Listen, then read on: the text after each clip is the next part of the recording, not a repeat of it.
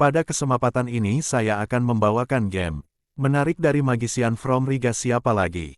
Kalau bukan Mikhail Tal. Kali ini kita akan mengulas partai catur Mikhail Tal ketika berhadapan dengan pecatur kuat Ben Larsen pada Candidates semifinal. Di sini Mikhail Tal memberikan teknik pinik tingkat dewa untuk Ben Larsen membuatnya menyerah di langkah ke-37.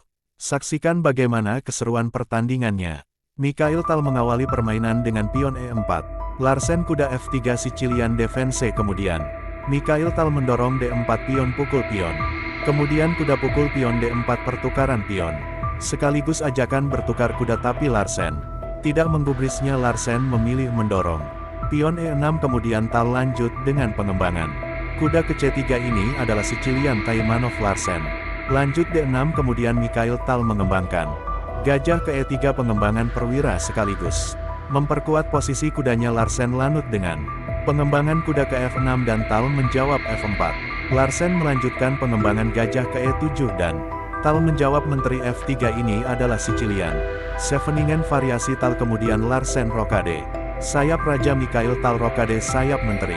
Biasanya ketika kedua pemain rokade ke arah berlawanan akan terjadi pertempuran sengit yang sangat seru. Larsen menggerakkan menteri ke C7.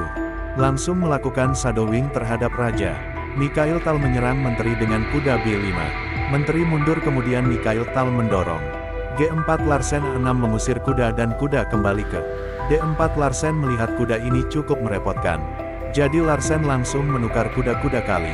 Kuda gajah kali kuda. Kemudian Larsen B5 sesuai dengan prinsip dasar catur. Jika kita diserang dari sayap raja maka kita harus membalasnya di sayap menteri. Ke sayap berlawanan dorongan B5 juga bermaksud menekan gajah Mikhail Tal di langkah berikutnya. Kemudian Tal lanjut dengan G5 menyerang kuda Larsen dan kuda menghindar ke D7. Kemudian gajah Mikhail Tal ke gajah D3.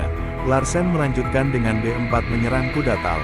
Di sini Mikhail Tal bukannya menyelamatkan kuda, dia malah mengorbankan kuda dengan D5. Larsen menerima pengorbanan ini. Kemudian pion pukul pion. Sekarang lajur E terbuka. Ini adalah pengorbanan posisional Larsen. F5 Mikhail telah menggeser benteng ke lajur terbuka di file E1. Menyerang gajah Larsen. Larsen kemudian mempertahankan gajah dengan benteng. Kemudian Tal H4 melakukan serangan masif di sayap raja. Larsen kemudian menyerang pion Tal di D5 yang juga memimpin kepada menteri dan Tal lagi-lagi mengorbankan gajahnya dengan pukul pion F5.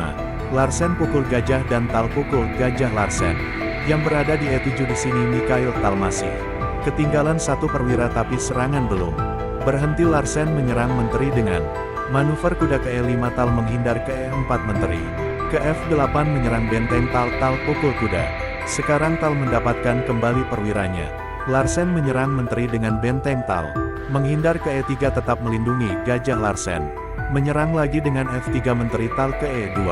Menteri Larsen pukul benteng di E7. Tal pukul benteng. Larsen pion pukul pion mengancam gajah. Tal lagi-lagi tidak menyelamatkan gajahnya, dia menggeser benteng E1 mengepin pion. Tentu pion tidak berani pukul gajah karena menteri akan tumbang. Jadi Larsen benteng D8 menyerang pion, menambah tekanan terhadap pion dan Tal menjawab benteng pukul pion menyerang menteri-menteri.